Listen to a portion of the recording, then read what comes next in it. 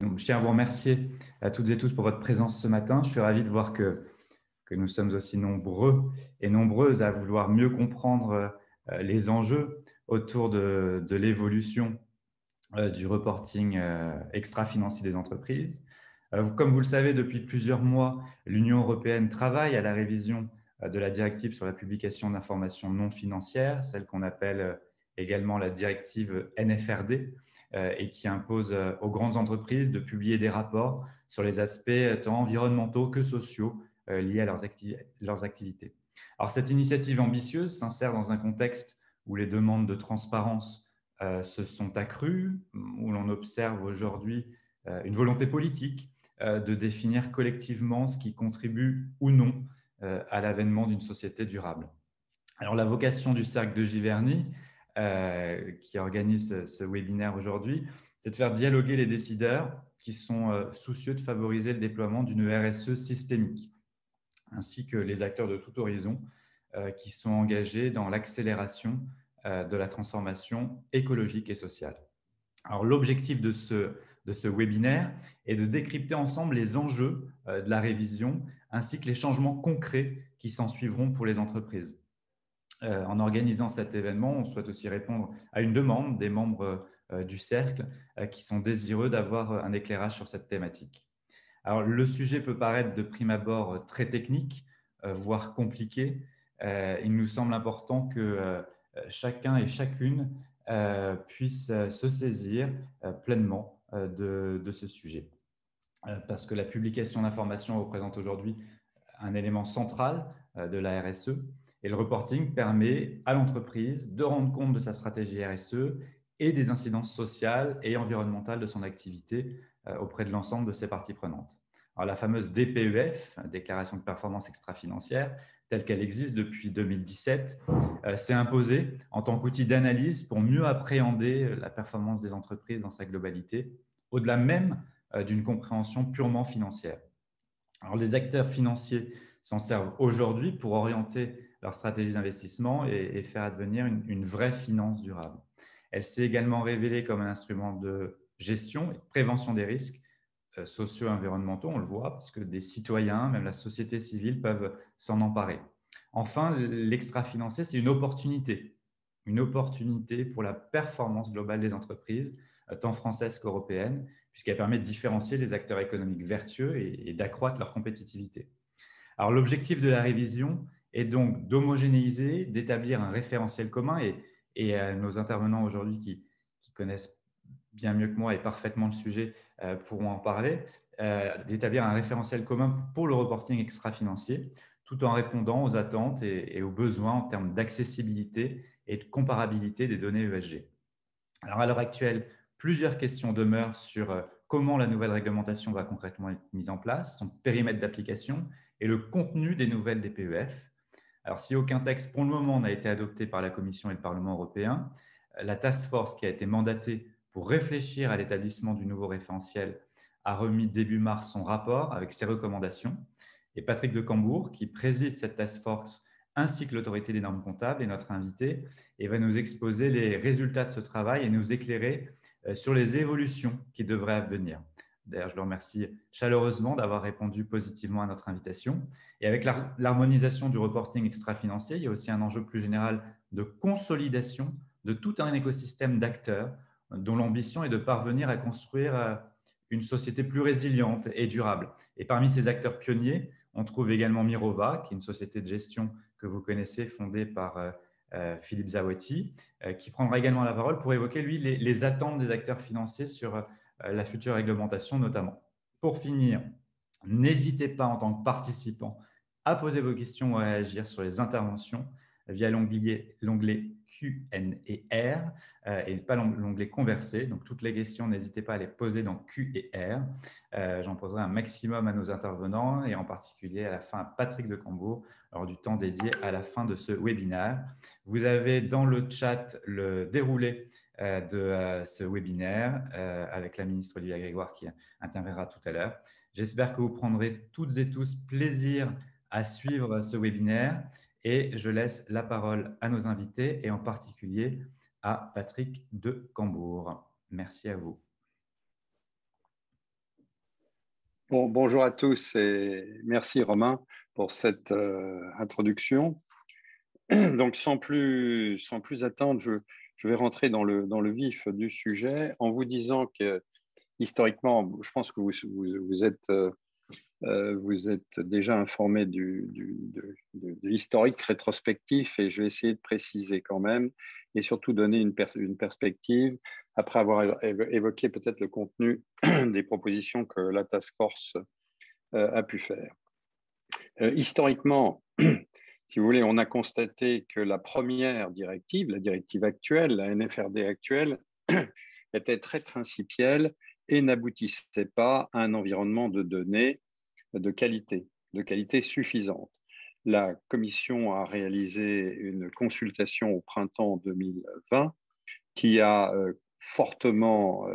qui a tout à fait confirmé le constat de cette insuffisance de la qualité des données. Dans le même temps, l'Europe, très en pointe sur ces sujets, développe de nombreuses initiatives politiques qui ont pour objet à la fois le développement durable, la finance durable et aussi le corporate governance durable. Donc tout ça s'accumule de façon très ambitieuse, mais comme on le sait, sans données de qualité, les politiques sont complexes à mettre en œuvre, les politiques publiques et aussi les stratégies privées. Donc il était absolument urgent, voire impératif, de se pencher sur la donnée. Donc, le vice-président exécutif de la Commission, Valdis Dombrovskis, en janvier de 2020, fin janvier 2020, a indiqué qu'il allait lancer une triple initiative. Première initiative, réviser la NFRD. Deuxième, donc le niveau législatif. Il a ajouté le niveau législatif, c'est bien, mais il faut, à l'instar de ce qui se passe pour l'information financière, il faut des normes robustes qui permettent d'assurer la pertinence et la comparabilité et la qualité en général. Et troisième initiative, pour émettre des normes, il faut un normalisateur. Donc, je vais demander à l'EFRAG, qui est aujourd'hui l'organisme qui conseille la Commission sur l'adoption ou non des normes IFRS, donc dans le domaine de l'information financière.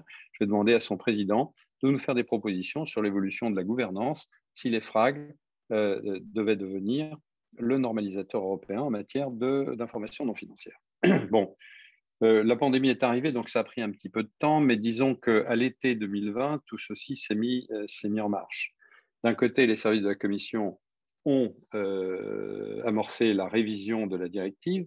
Celle-ci, le projet, il y a d'ailleurs des projets qui circulent un peu off, si j'ose dire, mais qui sont susceptibles encore d'un tout petit peu d'évoluer. Ce projet va être soumis au Collège des commissaires le 21 avril, c'est-à-dire la semaine prochaine. Et donc, à partir de là, commencera le processus législatif qui, normalement, avec l'intervention des deux co-législateurs, le Conseil et le Parlement, devrait probablement mettre une petite année, ce qui veut dire que le projet aboutirait en tant que texte de loi au premier semestre 2022 sous présidence française. Ça, c'est pour le premier pilier. Le deuxième pilier, c'est celui que j'ai eu le plaisir et l'honneur d'animer, c'est le pilier de la réflexion préparatoire à l'élaboration des standards en Europe. Et celui-ci a fait l'objet donc d'un travail de 5 mois par une task force de 35 personnes qui a donc remis son rapport fin février, Madame McGuinness, commissaire européenne en charge de ces questions, rapport qui a été publié sur le site de l'EFRAG le 8 mars, donc il y a un peu plus d'un mois. Et donc, qui est le résultat d'ailleurs d'un consensus assez large. Les 35 membres étaient issus de 13 pays différents de l'Union et étaient également issus de tous les horizons qui s'intéressent au reporting extra-financier. Mais ceci n'a pas empêché, il n'y a pas eu de divergence majeure, on a des nuances entre préparateurs, investisseurs, organisations non gouvernementales, mais globalement, nous convergeons sur les conclusions que je vous présenterai dans un instant à très grands traits. Je peux d'ores et déjà indiquer ce qui, sans doute, va se passer dans les mois qui viennent. Une fois le projet de directive approuvé le 21 avril, il va y avoir à ce moment-là, comme je l'ai dit, le processus législatif va suivre son cours. D'un autre côté, le texte aujourd'hui prévoit que la première application de l'information de la directive doit intervenir en 2024, au printemps 2024, avec pour référence l'année 2023. Donc, c'est en fait demain. Et donc, le consensus, pour l'instant officieux, est que pour cela, il faut, alors c'est inscrit dans le projet également, il faut sortir un premier jeu de normes, donc le pilier réglementaire, si j'ose dire, pour octobre 2022, ce qui laisse 15 mois pour sortir ces normes. Normes dont l'élaboration serait confiée à l'EFRAG et dont la promulgation en Europe passerait par voie d'acte délégué, c'est-à-dire d'application directe. Donc, le projet de directive donne mandat à l'EFRAG d'établir l'avis technique qui servira de support au texte qui sera promulgué dans l'environnement juridique européen par voie d'acte délégué par la Commission. Bon, il y a des subtilités dans le processus, mais on peut s'arrêter là. Et donc, la conclusion est qu'il faut sans doute travailler en parallèle à la fois le processus législatif, ça c'est la responsabilité des États membres au sein du Conseil et du Parlement, et d'un autre côté, travailler sur l'élaboration des normes, parce que 15 mois ou 18 mois pour des normes, c'est relativement rapide dans le monde de la normalisation. Alors, on ne part pas de zéro, il y a beaucoup de choses qui existent, mais il y a un énorme travail de synthèse, de mise à jour, de modernisation, de mise en forme qui est nécessaire pour créer ce level playing field et ce terrain de jeu avec pertinence et comparabilité. Donc, voilà ce qui se dessine aujourd'hui.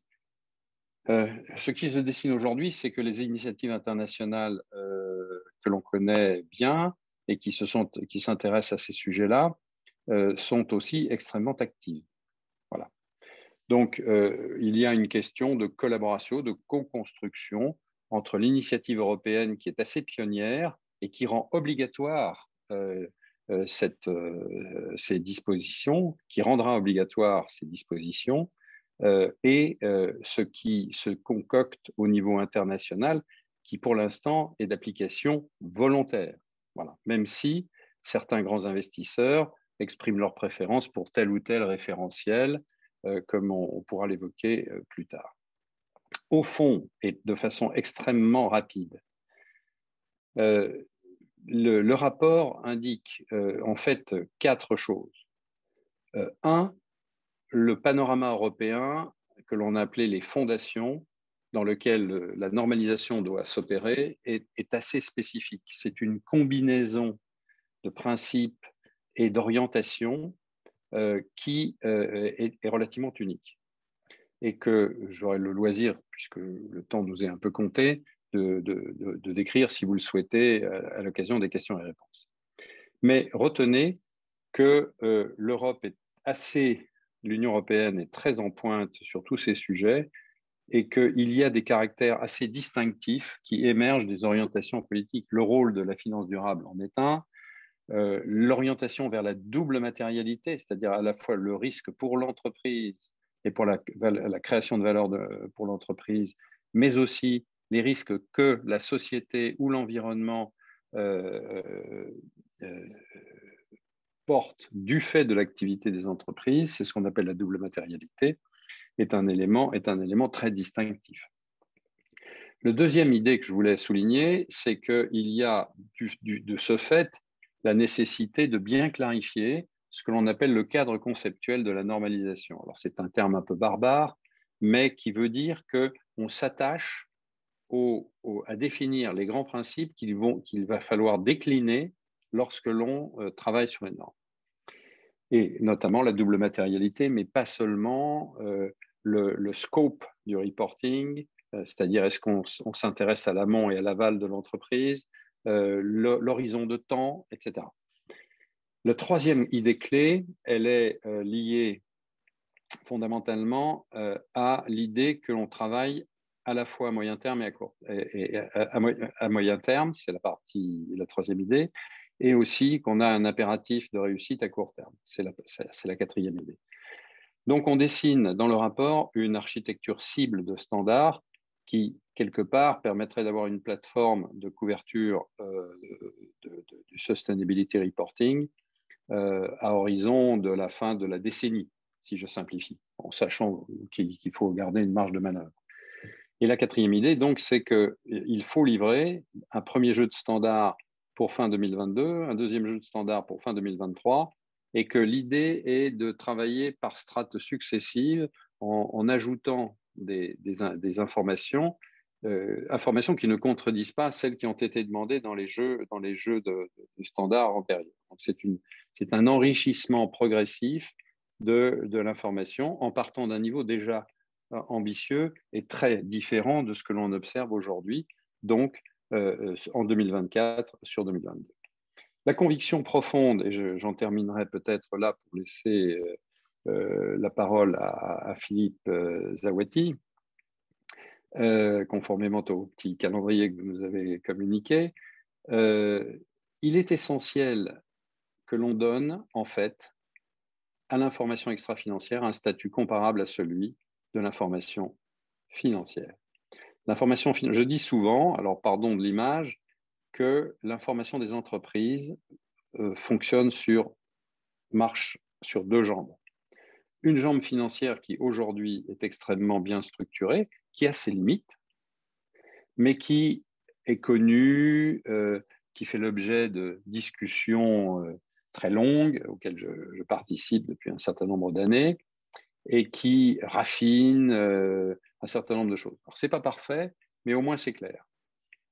En revanche, la branche, la jambe extra-financière, elle est en émergence. Elle n'est pas très musclée.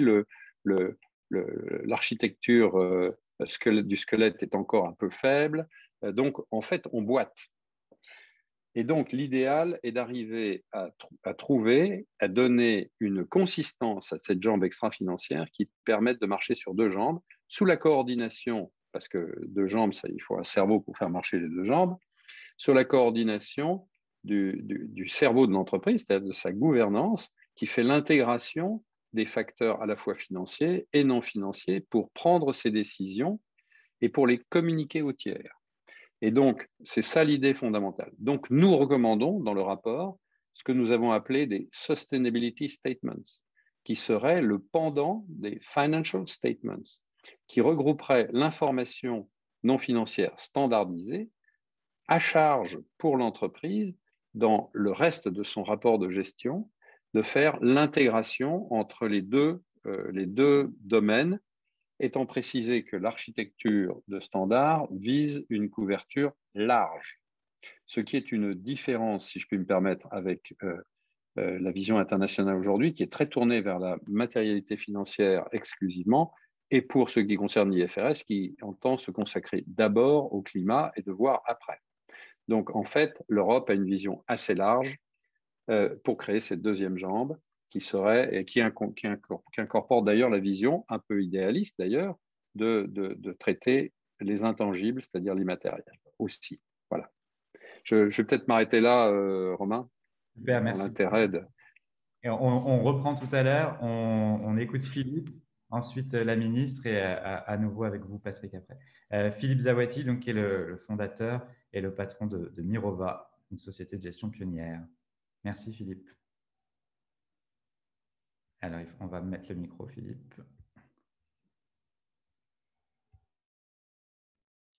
Merci, bonjour. Merci Romain, bonjour à toutes et à tous. Alors, je vais essayer de réagir à ça et de compléter en vous donnant effectivement le point de vue de l'investisseur, hein, puisque c'est ce rôle que nous jouons dans cet écosystème. Alors, revenons un petit peu à l'origine de tout ça. La donnée extra-financière, c'est depuis toujours un élément clé, un élément qui est au cœur du développement de la finance durable, hein. C'est même quasiment consubstantiel. En France, nous le savons bien, peut-être encore mieux qu'ailleurs, parce que la création des premiers fonds ISR, il y a maintenant quelques dizaines d'années, a été nourrie par le développement de cette donnée extra-financière et notamment par la création des premières agences extra-financières. Ça a été le cas d'abord avec Arez, puis avec Vigeo et ce qu'a fait Nicole Notta dans ce domaine. Sans données, les gérants, évidemment, naviguent à vue et ils n'aiment pas ça. Et donc, pour décider, pour faire des choix, il faut avoir de l'information, il faut mesurer. Alors, pour autant, après plusieurs décennies d'existence de ces agences, et des normes, hein, dont a parlé Patrick de Cambourg, mais je voudrais me focaliser un petit peu aussi sur ces agences. Nous sommes toujours dans un monde qui est sans réel standard. Si on regarde les données des agences extra-financières, la corrélation entre les notes des différentes agences reste extrêmement faible. En tout cas, un niveau de corrélation qui est incomparable à la corrélation qu'on peut trouver entre les notes des agences de crédit sur les entreprises. Les biais restent extrêmement nombreux. Et surtout, très longtemps, les agences de notation extra-financière se sont contentées de synthétiser des réponses à des questionnaires sur les processus des entreprises, leur politique ESG, bien plus que sur leur performance environnementale et sociale, et encore moins sur l'impact de leurs produits et leurs services, et le lien de ces produits et services avec un développement plus durable. Donc cette absence de standard est un fait aujourd'hui. Elle a souvent été utilisée aussi comme une sorte d'alibi par le monde financier, avec un discours consistant à dire ben, si nous n'avons pas de mesures crédibles, nous ne pouvons rien faire. Et donc c'était d'une certaine façon une raison de procrastiner le développement de la finance durable. Ce fut aussi, je pense assez souvent, l'argument principal des financiers pour repousser les demandes de reporting concernant leur propre activité financière. Et donc, on se retrouve effectivement aujourd'hui dans cette situation-là où les enjeux de la refonte de la directive sur le reporting extra-financier sont donc assez multiples. Elles ont des impacts sur les entreprises et puis sur le monde financier. Alors, listons quelques-uns de ces enjeux. Évidemment, comme l'a dit Patrick de Cambourg, améliorer la qualité des données, et donc permettre ainsi que les investisseurs disposent de ces données pertinentes et crédibles.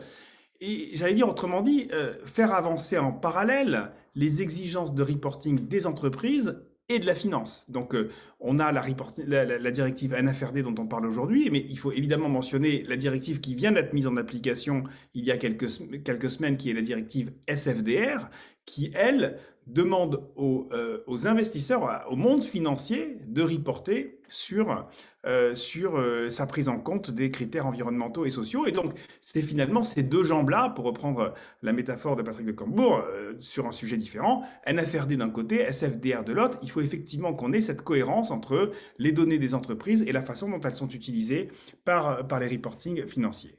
L'autre enjeu, c'est évidemment de définir des standards pour réduire les biais d'analyse. C'est aussi de renforcer le lien entre les données extra-financières et les données financières. Par conséquent, comme l'a très bien dit Patrick de Cambourg, la tête de l'entreprise, la stratégie de l'entreprise. J'ajouterais aussi définir des données pertinentes. Je prends un exemple. Dans le reporting SFDR, on nous suggère de mesurer le volume de déchets dans un portefeuille. Vous voyez bien que c'est extrêmement compliqué, que ça n'a pas beaucoup de sens, parce qu'on additionne des choses qui viennent de secteurs économiques qui sont très différents, où les déchets ont plus ou moins d'importance.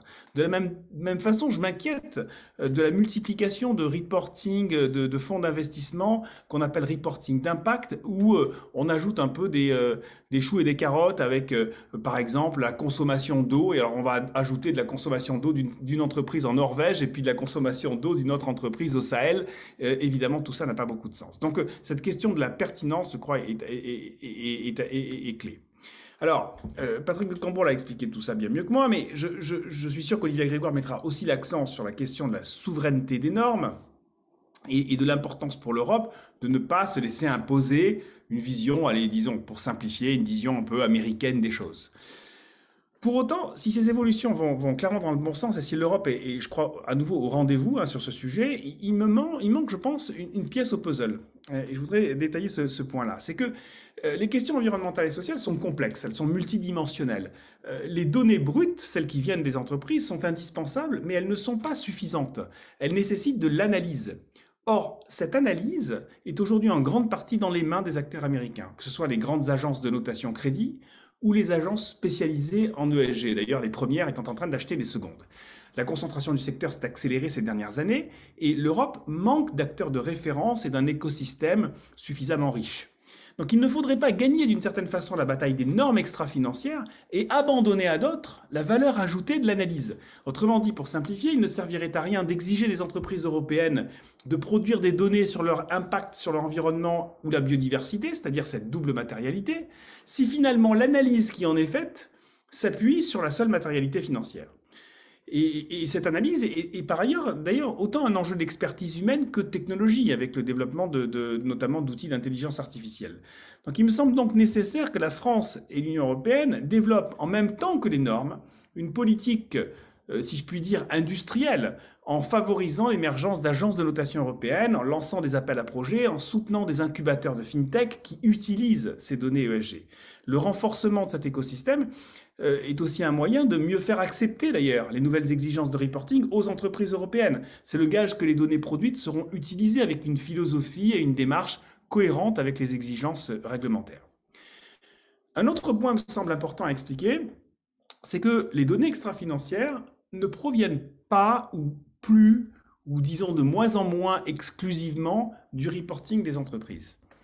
Je m'explique. L'observation du comportement des entreprises, des produits et des services, de leurs externalités, de leurs relations avec les parties prenantes, peut aujourd'hui se trouver mise à disposition par d'autres que les entreprises elles-mêmes. Et là encore, la capacité à détecter ces données, à les combiner, à les analyser, est rendue possible par des nouveaux outils technologiques et notamment par l'intelligence artificielle. De telle sorte qu'il n'est plus nécessaire parfois d'attendre la norme pour produire de la donnée. Alors je vais prendre l'exemple de l'impact des entreprises sur la nature et la biodiversité. Contrairement au climat, nous n'avons ni métrique simple, ni standard international tel que la TCFD. Alors il y a une initiative qui est en cours pour créer une TNFD, une Task Force on Natural Financial Disclosure, qui serait l'équivalent de la TCFD pour la nature. Nous verrons si le processus va à son terme. Mais nous avons décidé, nous, gérants d'actifs, de ne pas attendre que ces normes existent pour produire de la donnée utilisable. C'est la raison pour laquelle Mirova et 3 autres gérants d'actifs, avec AXA, BNP, Sycomore, nous avons créé un consortium et lancé un appel d'offres auprès des producteurs de données. C'est avec la fintech française Iceberg Data Lab que nous avons choisi de développer cette base de données, donc qui va créer de la donnée avant la norme, j'allais dire. Donc, je ne veux pas minimiser ici l'importance de la norme et de la réforme de la directive NFRD, qui est évidemment absolument clé. Le pire serait bien entendu de se laisser imposer une norme qui soit en décalage avec notre vision du monde. Mais je voulais relativiser cette importance en soulignant d'une part le fait que désormais la production de données dépasse le seul cadre du reporting des entreprises, et d'autre part que l'analyse de ces données est un élément clé. Voilà, je ne vais pas être beaucoup plus long, je voudrais juste pour conclure m'éloigner un tout petit peu du sujet en disant que à travers ce qu'on voit sur ces questions de reporting, il me semble que cela milite pour encore plus de partenariats entre le public et le privé, entre les faiseurs de normes et ceux qui s'en servent. Je suis assez frappé par quelque chose qui caractérise en quelque sorte notre écosystème, qui est très souvent le manque de confiance entre les acteurs. Et c'est vrai particulièrement en France. Donc la collaboration qui a été annoncée récemment autour de la finance à impact par Olivier Grégoire et Bruno Le Maire est très encourageante. Je pense que nous devons aller plus loin pour que le secteur financier public, les régulateurs, les acteurs privés, les entreprises et les financiers, le monde académique, voire même les ONG travaillent plus ensemble. C'est ce que nous avions initié il y a 4 ans avec la création de Finance for Tomorrow. Je milite depuis longtemps pour que cette convergence se poursuivent pour aller plus loin, pour la création d'un grand institut français de la finance durable. Et ben, j'espère que nous y arriverons bientôt. Et je vous remercie de votre écoute et je laisse la parole à Madame la Ministre. Super timing, Philippe, merci beaucoup. Merci à tous les deux, Patrick et de Cambourg et Philippe Zawati, pour vos interventions. À travers vos interventions, on a remarqué que l'apparence très technique du sujet ne doit pas occulter sa dimension hautement politique. Et Madame la ministre Olivia Grégoire a fait des négociations autour de la révision de la directive un combat personnel, un engagement personnel. Et elle nous fait aujourd'hui l'honneur de sa présence afin de nous dire en quoi ce travail renvoie également à un enjeu de souveraineté pour la France et pour l'Europe. Mais également pour nous rappeler que derrière le choix des référentiels et des indicateurs, il y a un choix de la vision de la performance des entreprises que nous désirons. Donc, Madame la ministre, chère Olivia, si tu nous entends, la parole est à toi. Et merci à tous pour vos questions nombreuses qui seront posées après à Patrick de Cambourg et Philippe Zawati. Merci Olivia. Bonjour à toutes et à tous. Merci évidemment à Romain Mouton, au Cercle de Giverny, dont je connais l'engagement authentique. Merci pour cette invitation et pour avoir donné la parole à deux fins connaisseurs qui portent d'ailleurs, et qui portaient avant que je n'arrive à Bercy, le sujet de l'extra-financier et plus largement de la finance durable, que ce soit Patrick de Cambourg ou Philippe Zawati. Je dois dire que lorsqu'on est ministre, on est comme tout le monde, on a besoin d'être inspiré. Et vous avez ici avec vous deux des personnes que je trouve les plus inspirantes et les plus actives sur le sujet, et notamment Philippe Zawati, dont je veux saluer l'engagement, qui a un engagement assez fort pour moi parce qu'il est à la fois intellectuel, mais il est aussi, voire surtout, confirmé dans le réel, pratiqué dans le réel par Philippe Zawati depuis des années. Et ça donne de la force aussi à nos propos et à ce qu'on essaye de faire. Ne rester que sur le champ des idées, c'est satisfaisant, mais ça ne l'est pas assez. Et Philippe Zawati déploie, au même titre que Patrick de Cambourg au niveau européen, des efforts incommensurables pour faire avancer la finance durable. Ils le faisaient avant moi, ils le feront après moi. Et je veux sincèrement les remercier parce qu'on aime dire ce qui ne fonctionne pas dans notre pays. C'est même devenu un peu un sport national. Moi, je suis plutôt fasciné par celles et ceux qui ouvrent des chemins, qui ouvrent des perspectives. Et la France n'a pas à rougir de ce qu'elle fait en matière de finance durable. La France est même possiblement, je le crois, une locomotive en Europe en matière de finance durable et de finance à impact, parce qu'elle a des acteurs opérationnels. Et je suis contente de pouvoir ce matin échanger avec vous. Sans presque aucun moyen, je sais que ça fera sourire Patrick de Cambourg, mais on en parlait encore il y a 2 jours, avec une volonté incommensurable. On sait que là où il y a une volonté, il y a un chemin, mais enfin encore faut-il le tracer. Patrick de Cambourg a réussi à fédérer une task force de 50 personnes et à l'animer pendant plus de 5 mois de travail intense. Il nous a livré plusieurs rapports, plus de 500 pages, d'une réflexion inédite sur le futur du reporting extra-financier. Et quand on parle de reporting, on parle aussi de performance, puisque je pense que nous serons tous d'accord ici pour dire que plus de transparence, plus de pertinence dans la transparence conduira à plus de performance. Patrick de Cambourg, je m'en excuse parce que je sais qu'il n'aime pas les compliments, mais il ne fallait pas m'inviter, comme dirait l'autre. C'est une incarnation de son sujet. Entrepreneur, chef d'entreprise, il œuvre pour l'intérêt général et nous prouve, encore une fois, s'il le fallait, qu'on ne peut pas être un grand patron sans penser la société dans laquelle une entreprise évolue. Un grand entrepreneur, un entrepreneur ne peut pas faire grandir son entreprise sans une vision supérieure. Il faut revenir, et j'aime à y revenir, aux sources du mot, à l'origine latine du mot.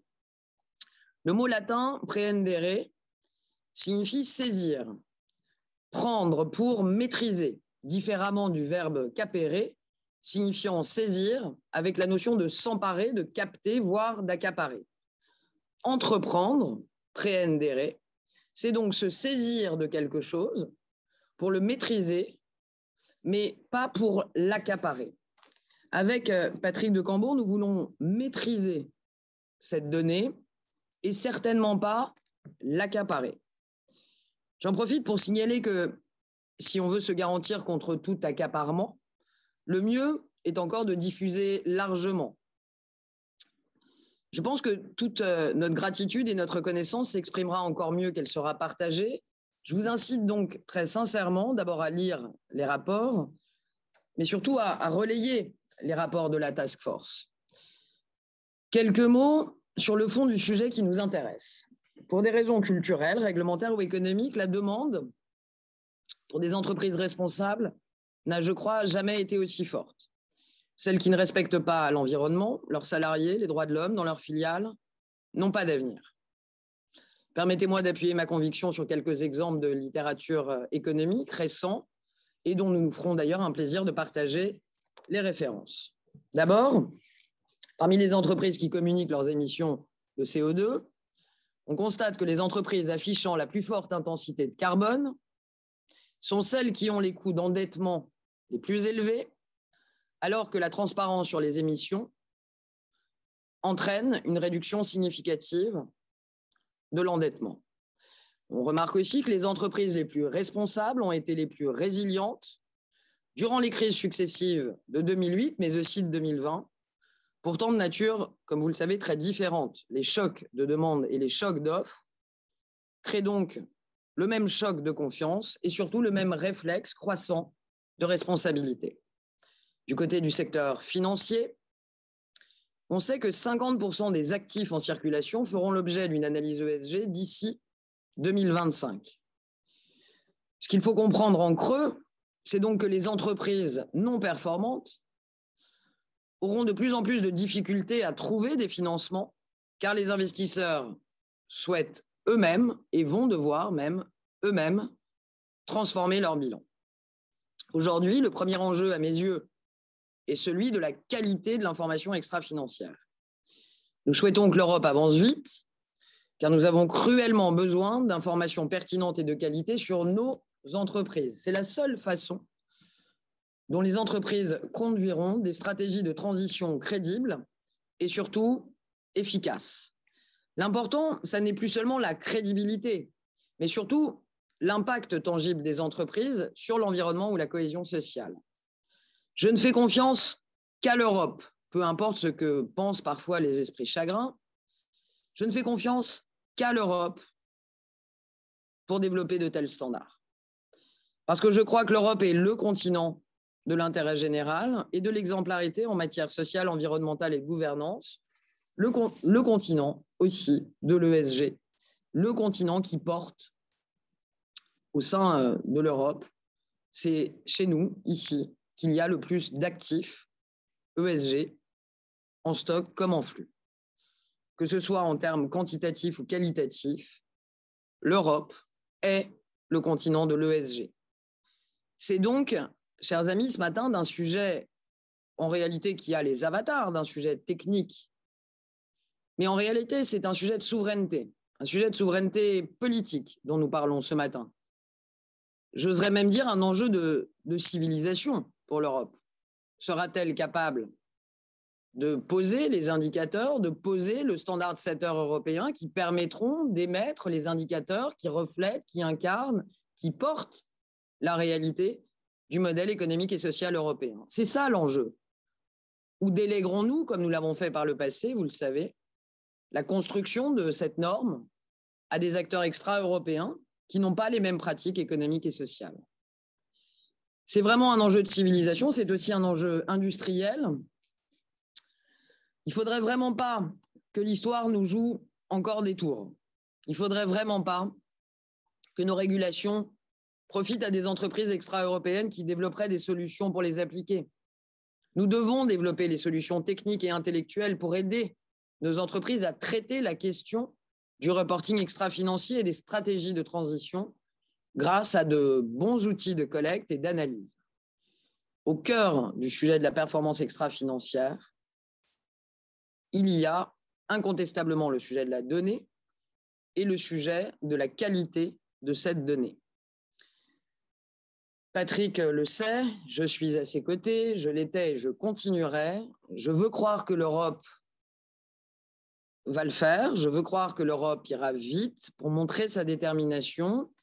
Nous ferons, je l'espère, et je fais tout pour, de ce sujet aux avatars techniques, encore une fois, mais à la réalité très politique, très tangible, nous ferons de ce sujet un sujet de la présidence française de l'Union européenne. Nous avons également vraiment besoin des entreprises, et Romain Mouton le sait et y contribue, pour dire publiquement à quel point ces données sont utiles et que leur intérêt dépasse le temps qu'elles peuvent coûter en production, comme l'argent qu'elles peuvent solliciter en système d'information. Il y a encore trop de personnes qui ne sont pas convaincues que le bilan coût-avantage est nettement favorable à la collecte, l'analyse et la diffusion de ces informations. Je vous parlais tout à l'heure des origines latines du mot « entreprendre ». Rappelons-nous que l'entreprise est une question de maîtrise et non pas d'accaparement. Pour maîtriser quelque chose, il faut être capable de le mesurer de façon tangible. Et c'est ce terme de mesure qui m'intéresse ici. On parle d'un capitalisme plus responsable, plus sensé, d'un capitalisme plus mesuré. C'est ce sur quoi nous voulons tendre tous. C'est ce que je crois l'urgence climatique, mais aussi sociale, nous commande. Et au risque de terminer par une tautologie, je vous dirais simplement ceci: pour être mesuré, encore faut-il être mesurable. Patrick de Cambourg nous a expliqué comment le faire en 500 pages. À vous, à nous, entreprises, acteurs, institutions, de le traduire en actes. Je sais que je peux compter sur vous, vous me le démontrez chaque jour. On a pris une initiative qui était mentionnée par Philippe Zawati il y a quelques semaines sur la finance à impact. N'hésitez pas à nous rejoindre, n'hésitez pas à la faire connaître. Je crois qu'on est, et ça peut changer un peu des discours ambiants, je vais me permettre, je crois qu'on n'est pas mauvais sur la balle et je crois qu'on peut gagner le match. À nous de fourbir les armes et de gagner ce combat en bonne intelligence avec nos alliés américains. Il ne s'agit pas d'avoir une vision de cette souveraineté qui soit exclusive, pas d'accaparement, on se l'est dit, mais il s'agit véritablement de poser les indicateurs qui traduiront la réalité de notre modèle européen économique et social et de ne pas les déléguer à d'autres acteurs qui ne font pas vivre le même modèle économique et social que le nôtre. On a encore pas mal de boulot. Je sais que vous le savez. Vous pouvez compter sur moi. Ça va démarrer. Ça a déjà démarré pour beaucoup, dont Patrick, dont Philippe, qui le pratique depuis des années.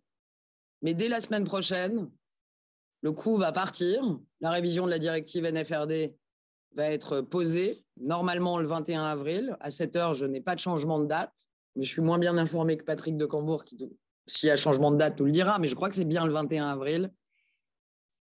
Ce sera le début d'une histoire importante à suivre ensemble, à faire vivre ensemble, pour que pendant la présidence française de l'Union européenne, on fasse vivre le trilogue européen sur ces sujets, et pour que dès la fin 2023 et dès l'année 2024, les premiers rapports de performance extra-financière pour les entreprises européennes de plus de 250 salariés soient publiés.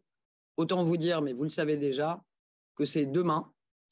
On a 2 ans pour bâtir une performance extra-financière. J'aime à rappeler qu'il nous a fallu 3 siècles pour bâtir la comptabilité analytique telle que nous la vivons aujourd'hui. On a 2-3 ans devant nous pour pousser nos pions et gagner le match de la performance extra-financière européenne. J'ai incontestablement besoin de vous et sachez que vous pourrez tous et toutes me trouver à vos côtés dans ce challenge dont je veux vous dire avec force et optimisme ce matin que je crois que nous pouvons le relever et le gagner ensemble. Un immense merci pour cette matinée. Merci de m'avoir convié. Merci au Cercle de Giverny pour son engagement réel et profond sur ces sujets. Et n'hésitez pas, 139 rue de Bercy, 5e étage, gauche, vous êtes chez vous et je suis à vos côtés. Un grand merci pour m'avoir invité ce matin.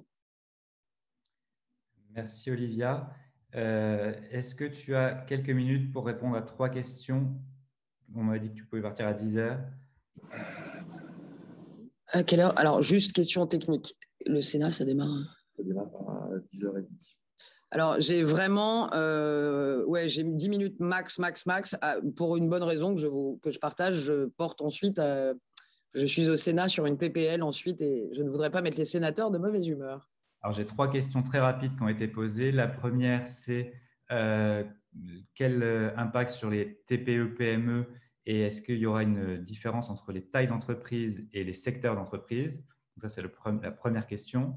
La deuxième, c'est quid des liens avec les normes IFRS et tu évoquais dans une interview dans le journal du dimanche les normes imposées par les Américains et en quoi on peut être garanti et comment l'Europe peut s'imposer face aux normes, notamment IFRS. Et la troisième et dernière question, qui est celle, je vois, de Patricia Servin, qui est la présidente d'Oré. Est-ce qu'en complément de cette révision, il conviendrait aussi de revoir la comptabilité traditionnelle et notamment pour aller vers une comptabilité en multi-capitaux?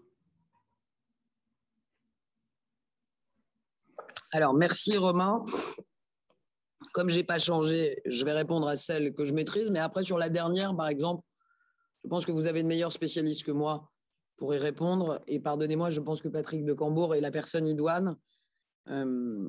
Et je pense qu'elle lui est plus adressée. Sur la première, qui est très importante, la question des seuils.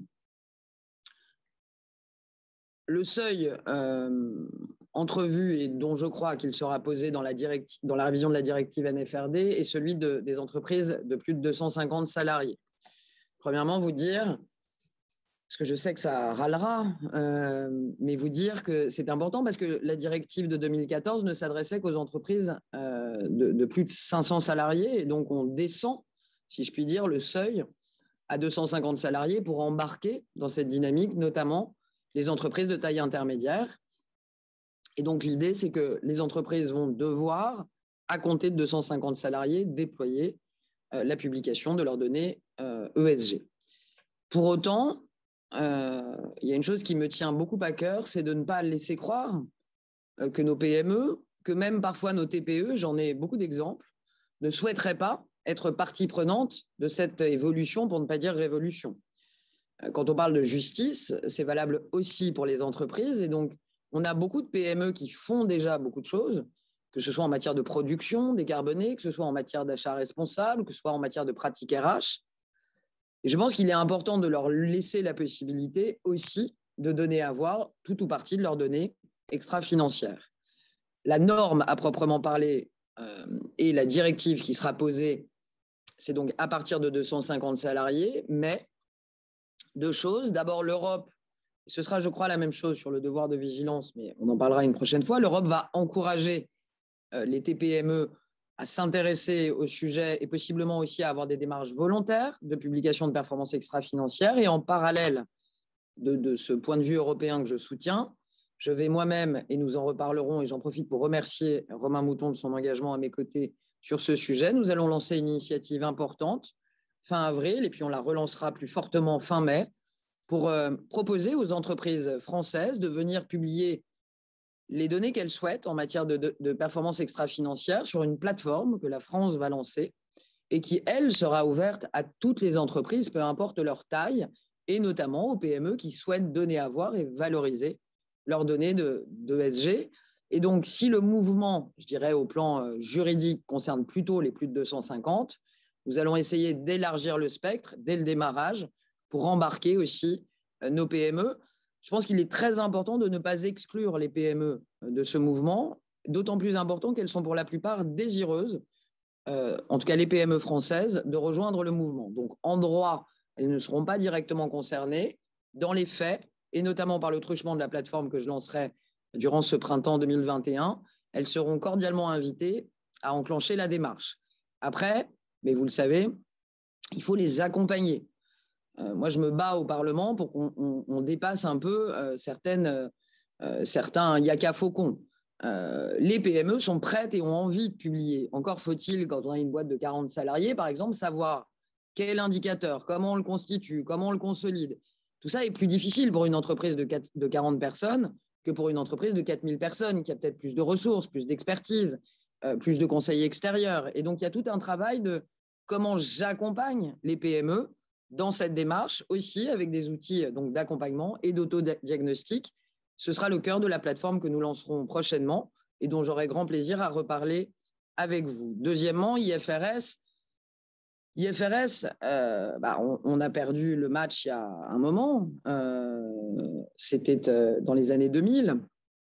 Et je pense que c'est surtout un enseignement. Moi, c'est comme ça que je le vois. Et je crois qu'on est nombreux à le voir comme ça. On voit aujourd'hui une réalité qui est parfois un peu absurde ou à front renversé, dirais-je, pour être moins radical.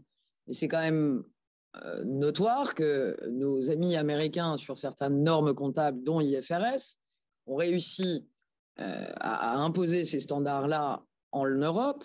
Et quelque part, les pays européens respectent plus, mettent plus en œuvre IFRS que les Américains aujourd'hui. C'est exactement c'est plutôt le parallèle, moi, qui m'intéresse, pour expliquer que c'est un peu ce que je cherche à éviter.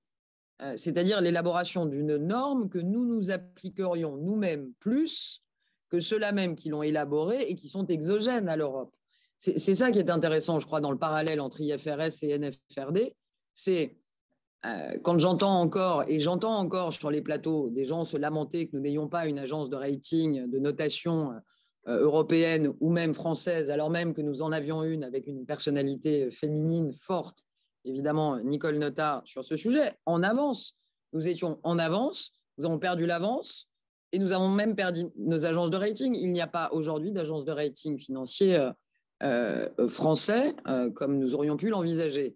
Les mêmes causes produisant les mêmes effets. Si nous ne sommes pas capables de bâtir notre propre norme, moi, je ne pleurerai pas dans 10 ans si on n'arrive pas à faire de ce sujet, comme je le crois, et je crois que vous êtes tous convaincus, donc c'est notre point de vue à nous, si on n'arrive pas à faire de ce sujet un véritable sujet de souveraineté économique et politique européenne, les mêmes causes produiront les mêmes effets, et nous n'aurons pas d'agence de notation, d'analyse, de rating extra-financier, alors même, et j'aime à le rappeler quand même, alors même que l'Europe est le continent de l'ESG. Ce serait quand même assez absurde que le continent de l'ESG se fasse noter, évaluer par d'autres acteurs économiques que l'Europe. Donc, je pense que c'est surtout dans le parallèle et c'est surtout dans le apprendre de ses erreurs que le parallèle IFRS-NFRD est intéressant. Pour ce qui est de la troisième question, comme Romain Mouton me connaît, je ne suis pas du genre à me défiler, donc je ne vais pas me défiler, mais je vais passer le micro à Patrick. Techniquement, moi, ce que je pressens, mais ça n'est que mon intuition, c'est qu'il y aura forcément des impacts de l'extra-financier sur la comptabilité financière, notamment dans la façon dont on va, une fois que l'extra-financier sera posé, comment on agglomère, comment on consolide quelque part l'idée d'une performance globale, financière, extra-financière, qui soit pas binaire, mais qui soit consolidée entre le financier et l'extra-financier. Par construction, je pense qu'il y aura des impacts et des ajustements, possiblement, entre la comptabilité financière et la comptabilité extra-financière. Mais c'est vrai que pour y travailler tous les jours, et on est nombreux dans ce cas, j'essaye de faire les choses étape par étape. Un grand chief économiste que je ne citerai pas il y a quelques semaines me disait encore « Mais vous perdez trop de temps avec votre extra-financier, parlez directement de performance globale ». Oui, enfin, pour parler de performance globale, décomposer financier, extra-financier, ça suppose de poser l'extra-financier. Je suis un peu basique. Et donc, il y a tellement encore de combats à gagner. Tous les jours, j'ai des échanges avec mes homologues européens. La route est encore longue et la pente est encore forte, comme disait l'autre. On a un début de coalition avec la Suède, le Danemark, l'Espagne, l'Italie. Les Portugais s'intéressent aussi à ce que nous faisons. Les Belges ne sont pas en reste. On a toute une Europe de l'Est à convaincre encore. Je m'y attelle, mais le challenge est ardu. On a des alliés allemands avec lesquels nous devons encore travailler ardemment. Patrick de Cambourg le sait. Nous n'avons pas les mêmes traditions dans la publication des données entrepreneuriales, vous le savez, avec nos voisins allemands.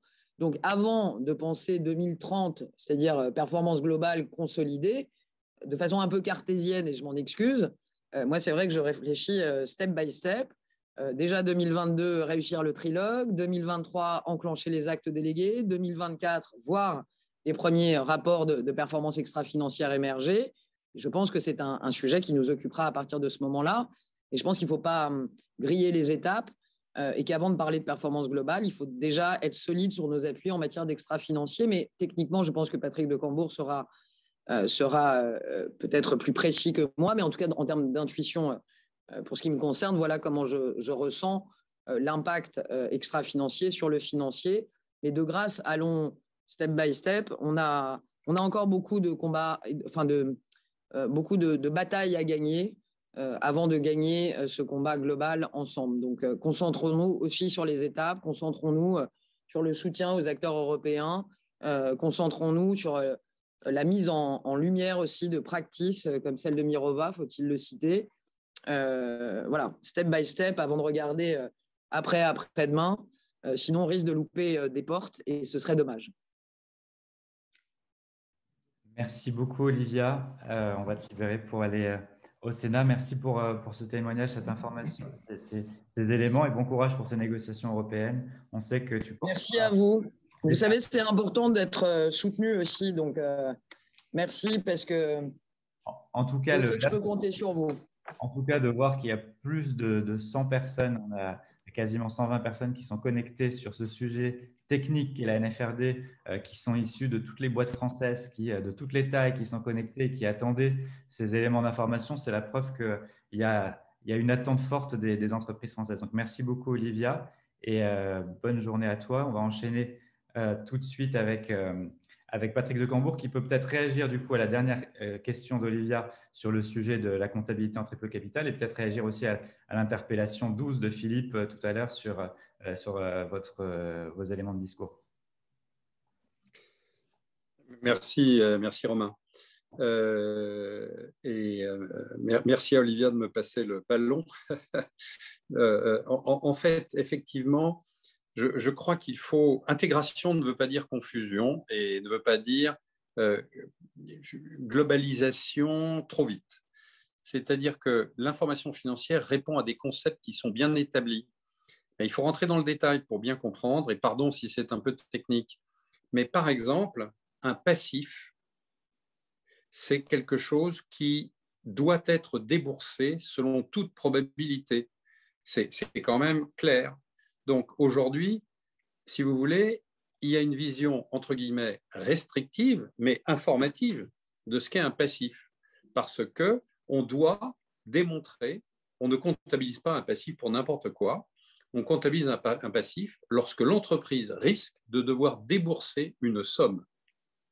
Bon, c'est une information qui est très utile, parce qu'elle est limitée, parce qu'elle limite au flux de cash potentiel, mais c'est quand même très intéressant. De même, sur l'immatériel, on ne comptabilise que ce dont on contrôle les avantages économiques.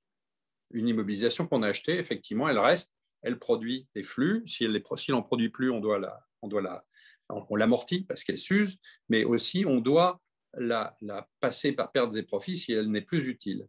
Bon. Mais en revanche, le capital humain, on n'arrive pas à le capter parce que le capital humain, il a deux jambes lui aussi et il s'en va. Il peut s'en aller chez le concurrent, il peut prendre sa retraite, il peut être malade, il y a plein d'incidents. Donc l'information financière répond à des concepts très clairs, le cadre IFRS, mais aussi la directive européenne, le cadre conceptuel du FASB américain sont assez proches et je pense qu'il est dangereux de vouloir changer ce cadre conceptuel parce qu'on rendrait très flou le partage entre ce qui est monétisable et objet de flux dans un avenir prévisible et ce qui est plus largement entendu, qui sont des facteurs à plus long terme. Alors, les deux jambes sont autonomes, selon moi, avec néanmoins une connectivité et des migrations possibles. Je prends l'exemple du prix du carbone. Aujourd'hui, le prix du carbone est très bas, enfin bas au regard de tout ce que tout le monde vous explique. Donc, comptablement, je peux continuer à émettre du carbone pour pas très cher. Donc ça n'est pas provisionnable. En revanche, c'est très important de dire quelles sont les émissions, mes émissions, les émissions éventuellement de ma chaîne amont et de ma chaîne aval, parce que ça va influencer mon modèle d'affaires dans les années à venir. C'est évident, compte tenu de l'importance de la chose. Mais je préfère avoir une information qui n'est pas encore nécessairement monétaire, parce qu'elle serait complètement estimative, puisqu'il n'y a pas de flux. C'est un passif vis-à-vis de personne, c'est un passif vis-à-vis de la planète, mais aujourd'hui qui n'est pas l'objet d'un flux financier. Donc je préfère l'avoir là et que tout le monde prenne des décisions sur la vitesse de transition, sur l'augmentation du prix du carbone, sur où va ce prix du carbone et pourquoi faire. Et ça sont des instruments politiques. Mais essayer de se donner un confort en mettant au passif un passif lié à une émission de carbone, à un prix théorique qui ne serait à payer à personne, troublerait l'information financière sans résoudre le problème du développement durable.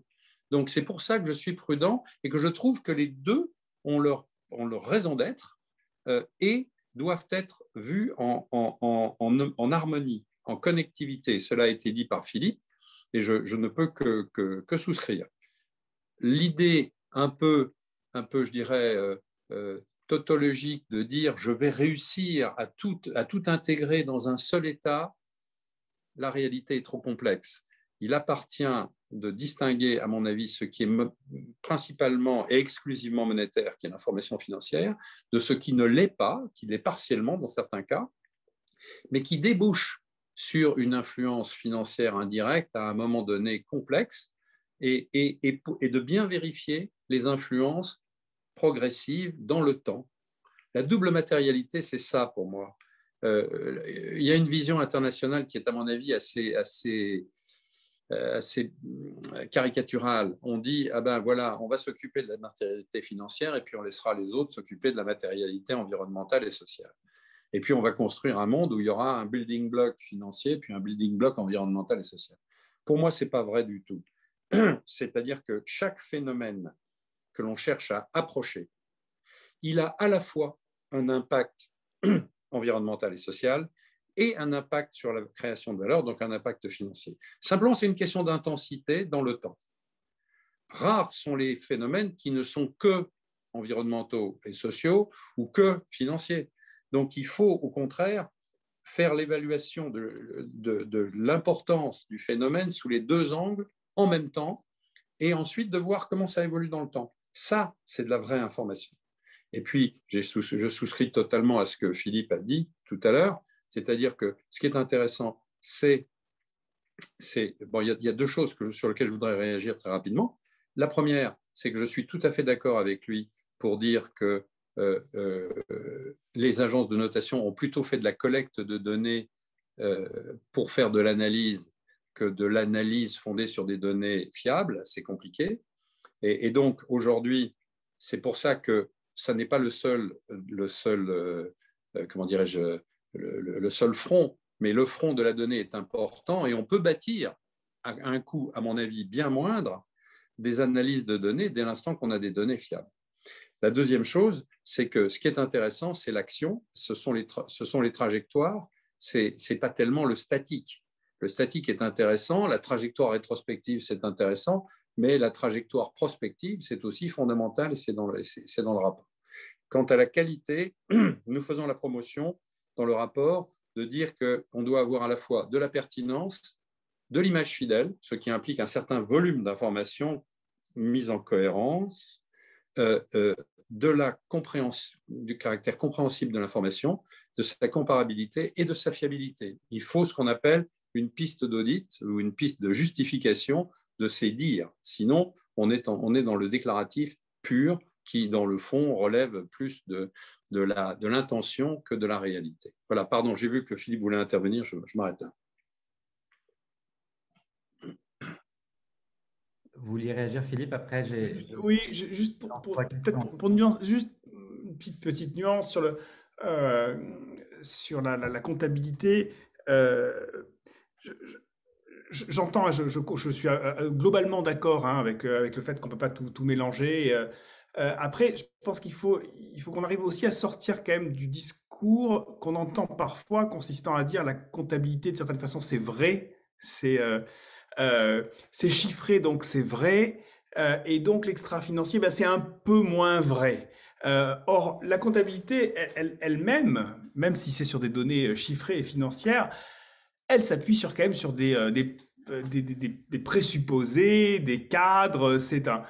C'est une construction quand même, hein. Et donc, on peut très bien imaginer qu'on fasse aussi des constructions qui intègrent des éléments extra-financiers, même si je suis d'accord qu'il ne faut pas tout mélanger. C'est pour ça que je pense quand même que les travaux qui sont menés, et même si c'est du prospectif, et si les travaux qui sont menés pour réfléchir à une comptabilité différente, moi, me paraissent intéressants. Alors, on essaie d'y contribuer, d'y participer. Les modèles, CARE et autres, me paraissent intellectuellement, en tout cas, de nature à stimuler la réflexion à minima, même si ce n'est pas forcément vers ça qu'il faut aller. Je pense qu'on sera peut-être d'accord là-dessus.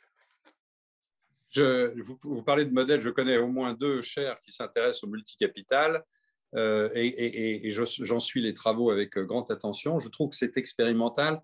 En revanche, et je suis parfaitement d'accord avec votre remarque, grandi dans le sérail, j'en connais les détours, c'est-à-dire que l'information financière, je sais qu'il y a beaucoup de présupposés, beaucoup d'estimations, beaucoup d'hypothèses, et que ce n'est pas du tout parce que 2 et 2 font 4 que 4 est l'alpha et l'oméga de l'information, pas du tout.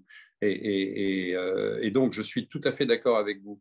En revanche, il y a un degré de conventionnalité qui est important et qu'il ne faut pas déstabiliser parce que l'intérêt, vous savez, il y a eu un cycle dans la comptabilité financière. En fait, on a commencé par enregistrer des flux de cash. Ensuite, on est passé à ce qu'on a appelé la comptabilité d'engagement, c'est-à-dire que j'ai de l'argent à recevoir de mes clients, j'ai de l'argent à payer à mes fournisseurs, j'ai des risques, donc je fais des provisions. Et puis ensuite, on a failli passer à la valeur de marché, tout compris, ce qu'on a appelé la fair value. Là, c'était un rêve. Le rêve, c'est de dire, si je revalorise tous les éléments de mon bilan, je vais finir par avoir la valeur de l'entreprise, ce qui est complètement utopique. Et puis, on revient quand même à la réalité cash. On le voit. Dès qu'il y a une difficulté, évidemment, c'est par le cash que ça vient. Donc, en fait, c'est de couvrir tous ces éléments qui permettent d'avoir une vision comptable, financière, mais la comptabilité extra-financière est aussi intéressante. Je vois par exemple des expériences comme le PNL environnemental d'une société comme Kering, je trouve ça intéressant, mais je ne vois pas comment je pourrais le mettre dans mon bilan, dans mon bilan financier sans le déstabiliser. En revanche, à côté, je trouve que c'est passionnant, parce que, donc voilà, c'est la petite nuance que je me permets d'introduire, Philippe. Je vais poser quelques questions, Patrick, pour alimenter le débat. L'idée, c'est de faire des réponses courtes. J'en pose. Pardon, vous m'avez fait remarquer que j'étais trop long, merci. Pas du tout. Mais comme le temps est limité, je sais que vous allez partir à 10h25. Absolument. Charlotte de L'Oréal qui pose la question. Bonjour, le reporting extra-financier serait consolidé et piloté par la direction financière ou faut-il imaginer un service dédié avec des compétences différentes? Donc ça, c'est une question très pratique pour les entreprises. Est-ce que les directions financières restent en charge ou est-ce qu'on imagine un service dédié? J'ai Stéphane Trébuc aussi, qui est professeur à Bordeaux, qui demande, Monsieur de Cambourg, pourrait-il préciser sa définition de l'intégration? Y aura-t-il une définition officielle de cette notion d'intégration? Il y a une troisième question, parce qu'il y en a pas mal. Frédéric Bailly du groupe SOS, il me semble. Peut-on comprendre le coût du carbone actuel avec celui du pétrole jusqu'à la fin des années 1960, avec les risques que cela emporte? Alors, ce n'était pas bon, il y a des questions qui dépassent ma compétence, mais bon, pour ce qui concerne services dédiés, alors là, si vous voulez, c'est une question d'organisation interne des entreprises. Je dirais simplement que ce qui me paraît absolument essentiel, l'organisation pratique est un sujet complexe. Je pense que la gouvernance de l'entreprise ce sont des questions qui doivent être tranchées au niveau de la gouvernance de l'entreprise, au niveau le plus élevé.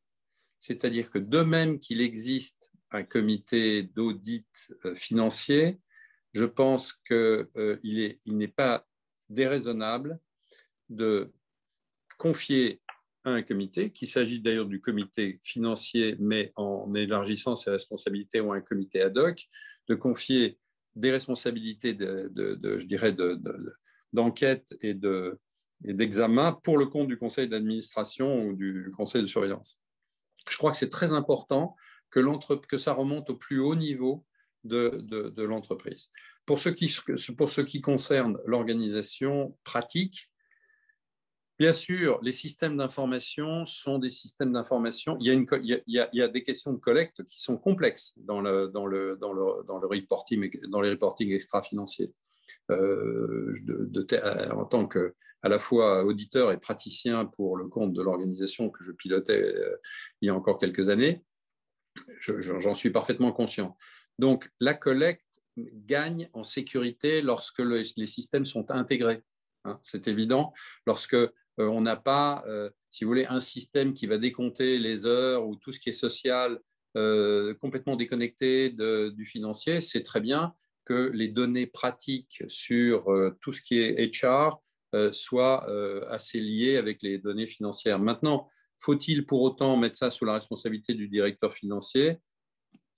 C'est une option, il y en a d'autres. La seule chose que je voudrais dire, et pardonnez-moi, c'est important pour moi, c'est qu'il ne faut pas qu'il y ait captation totale des financiers sur l'extra-financier. Ce n'est pas une bonne idée. Il faut un degré d'ouverture, un degré de pluridisciplinarité qui ne tombe pas dans le travers que Philippe a évoqué, c'est-à-dire le travers qui consiste à dire que tout ce qui n'est pas monétaire n'est pas bon. Hein. Donc, attention au tropisme de captation financière de la donnée extra-financière. En revanche, le parallélisme, la connectivité, la bonne intelligence, l'harmonie me paraît nécessaire. La définition de l'intégration, si vous voulez, nous disons dans le rapport que l'intégration est un concept, c'est très principiel. Quand on regarde l'IRC, c'est très au niveau des principes. Ce n'est pas décliné sous forme de normes et de façon pratique, donc c'est laissé à la main des utilisateurs, ce qui est bien.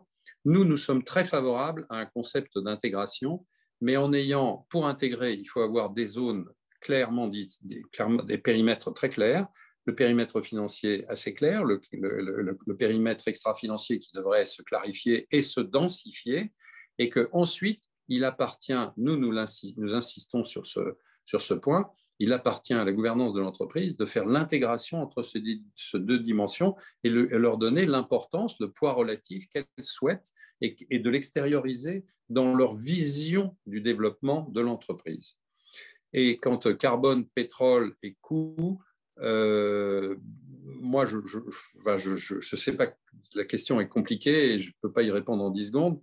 Ce que je sais, c'est qu'aujourd'hui, le prix du carbone ne reflète pas du tout, à mon avis, les enjeux que la planète, auxquels la planète est confrontée. Et donc, la nécessité d'être très prudent sur une monétisation qui ressemblerait à une solution et qui ne l'est pas à court terme. C'est un sujet très compliqué parce que quand on fait par exemple des prévisions pour une centrale à charbon ou pour l'utilisation des réserves des sociétés pétrolières et des choses comme ça, il faut se faire des hypothèses et c'est d'une sensibilité extrême.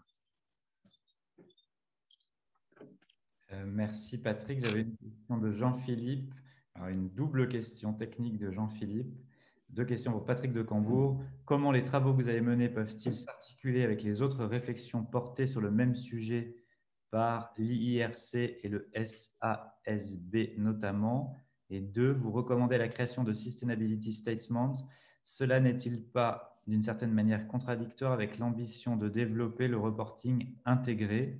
Les 2 jambes que vous évoquez ne doivent-elles pas être considérées de manière commune et intégrée? Sur la dernière question, je crois que j'ai déjà un peu répondu. C'est-à-dire que ce n'est pas parce qu'il y a deux zones qu'elles ne sont pas intégrées. Si vous voulez, l'information en général, elle traite des sujets, elle met des coups de projecteur sur certains sujets, et ensuite, il y a un effort de synthèse, d'intégration pour que tout ça soit cohérent. Donc la mise en cohérence, pour moi, est très claire et très nécessaire. Et ça n'est pas du tout l'idée de sustainability statement, ce n'est pas contre l'idée d'intégration, elle est l'élément qui permet justement l'intégration. Aujourd'hui, qu'est-ce qu'on a dans l'intégration? On a, enfin, souvent, ce que l'on a, c'est que dans le rapport de gestion ou dans d'autres documents, on trouve des informations non normées et des informations plus ou moins normées un peu partout. Donc, on ne sait plus très bien où on en est. Et c'est ça le sujet. Je pense qu'il faut bien identifier ce que l'on fait, le reporting normé, le reporting ad hoc, l'intégrer, lui donner sa valeur informative, ajouter évidemment ce qu'a dit Philippe, c'est-à-dire qu'il y a d'autres informations qui sont disponibles et que l'on peut, qui ne sont pas produites par l'entreprise, des informations sur l'entreprise. Voilà. Alors, l'IRC promeut l'idée d'intégration. Elle est très bonne et moi, je la soutiens à 100%. C'est une intégration qui est trop tournée vers la valeur de l'entreprise et pas assez vers l'impact de l'entreprise sur l'environnement et la société. Bon, mais ça, c'est un présupposé conceptuel qui n'est pas un obstacle en soi à l'idée, au développement de l'idée. Comme vous le savez, IRC et SASB ont décidé de fusionner. Qu'est-ce que le SASB? Alors, le SASB, j'ai des relations avec ces gens-là, avec les animateurs de ces structures. Donc, ils sont conscients à la fois de leur intérêt et aussi des limites. Tout le monde a des limites et l'Europe en a aussi, comme la finance, comme la normalisation financière, etc. SASB, parce qu'il ne faut pas trop se tromper, SASB, c'est en moyenne 13 indicateurs par entreprise. 13. Sectoriels. Donc, il y a 1 millier d'indicateurs pour 77 secteurs. Quand vous divisez 1 millier d'indicateurs pour 77 secteurs, vous avez 13 en moyenne. Bon, si le reporting extra-financier devait se résoudre à 13 indicateurs par entreprise, je pense que le monde serait vite réglé. Le problème du sustainability reporting serait vite réglé. Donc, en fait, ils sont conscients que c'est une première étape et c'est une première tranche. Ils ont voulu sortir de la confusion liée au choix que chaque entreprise pouvait faire en donnant déjà une dimension sectorielle. L'Europe fait quelque chose d'un petit peu différent, mais qui se rejoint. On part du secteur, ce qu'on appelle le secteur agnostique, c'est-à-dire les indicateurs génériques, et on descend vers le sectoriel. Donc, il n'y a pas de raison qu'on ne se rencontre pas. Dans ce que SASB fait, donc 13, il y a probablement des indicateurs qui seront couverts par le générique en Europe. Les autres sont intéressants, mais ils sont tournés vers la matérialité financière exclusivement. Et par ailleurs, il y en a à peu près 20% qui sont tournés vers de la compliance avec de la réglementation nord-américaine, dont le SASB a parfaitement conscience qu'il ne peut pas l'imposer dans le reste du monde. Donc, il y a un travail. On discute des possibilités de travailler en co-construction, parce que ce que j'ai oublié de dire, mais c'est important, l'Europe, et la ministre l'a dit, l'Europe n'a pas l'intention d'avancer de façon isolée. L'Europe a tendu la main dans une logique de co-construction et de partenariat, et nous avons eu déjà 2 réunions de haut niveau avec les 10 principales initiatives, mais pas seulement la Fondation IFRS qui est en devenir, puisqu'ils annoncent ce qu'ils vont faire, mais ils n'ont pas encore fait, le SASB et l'IRC qui ont fusionné, vous avez aussi la TCFD qui est principielle, vous avez Wiki qui travaille sur les intangibles, vous avez Shift qui travaille sur les droits de l'homme, vous avez United Nations Global Compact qui est très actif et qui essaie de promouvoir, comme vous savez, le lien avec les ODD. Donc tout ça, c'est un monde qui est en pleine consolidation et établissement de liens de coopération. Donc on travaille là-dessus. Une dernière question pour vous, Patrick, et après Philippe veut réagir et ça permettra de faire la transition puisque après vous devez partir. J'ai une question d'Eol Rapone qui demande bonjour, comment s'assurer de la correcte application de la directive révisée par les acteurs qui y seront soumis? Par exemple, est-ce qu'il y aura un régulateur de vérification et des sanctions sont-ils prévues? Déjà, le point important, c'est que l'intervention d'un tiers certificateur va être généralisée. La directive prévoit d'introduire une obligation d'examen par un tiers, donc indépendant, donc un audit, si vous voulez, en l'associant avec une démarche de ce qu'on appelle une assurance limitée. Alors, assurance limitée, c'est un terme professionnel qui peut prêter à confusion, de même que assurance raisonnable est quelque chose de compliqué, mais il faut savoir que les États financiers reçoivent ce qu'on appelle une assurance raisonnable et que, sauf au 30 juin, ou quand au 30 juin, enfin, les comptes intermédiaires font l'objet d'une assurance limitée. Donc, une assurance limitée, c'est déjà un niveau d'assurance élevé, mais ça n'est pas aussi fort, bien sûr, que l'assurance raisonnable. Et la Commission dit, on va d'abord rendre obligatoire l'assurance limitée, et il y aura une clause de rendez-vous donc dans 3 ou 5 ans, je ne sais plus si c'est 3 ou 5 ans, pour regarder comment on passe à l'assurance raisonnable. Donc, en fait, on donne le même niveau d'assurance. Ensuite, il appartiendra aux régulateurs pour les sociétés cotées, par exemple, ou pour les banques et les assurances, je pense à AMF, à CPR, de regarder ces points-là. Ils le font déjà, d'ailleurs. Mais ils le font dans un environnement où il n'y a pas de référence normative et il n'y a pas de norme d'audit encore. Enfin, pas d'audit obligatoire, sauf en France, où il y a une obligation d'assurance limitée. Voilà. Donc on va aussi vers la fiabilité. Donc, j'ai mentionné 5 qualités, hein, pertinence, image fidèle, caractère compréhensible, caractère comparable et fiabilité. Eh bien, la fiabilité est couverte en particulier par l'existence d'une piste de justification, d'une piste d'audit et sa vérification par un tiers. Merci Patrick, c'est très clair. Et merci pour votre intervention. Philippe, je suis obligé de vous quitter, je vous salue. Pardon, non. J'avais des questions, mais je vous les poserai plus tard. non, mais j'ai encore 2 minutes si vous voulez. Non, juste une alors, juste une. Est-ce que vous voyez un lien entre tout ça et l'évolution de la gouvernance des entreprises, notamment tout ce qui tourne autour de la société à mission? Bah oui, moi je trouve que tout ça c'est un ensemble. Alors évidemment, c'est un faisceau d'évolution qui a une cohérence. Je trouve que l'Europe, enfin, quand on regarde bien le modèle social, le modèle économique de l'entreprise, on voit bien que l'entreprise en Europe est un lieu de création de valeur, pas seulement un lieu de création de valeur économique et financière, mais aussi un lieu de création de valeur sociale et environnementale, et que l'entreprise n'est pas l'apanage d'un petit groupe d'actionnaires qui se cache et qui fait son business dans son coin. L'Europe a une vision assez ouverte de ce qu'est une entreprise et du lien entre l'économique, le social et l'environnemental. Ça, c'est une force très grande. Il faut capitaliser là-dessus.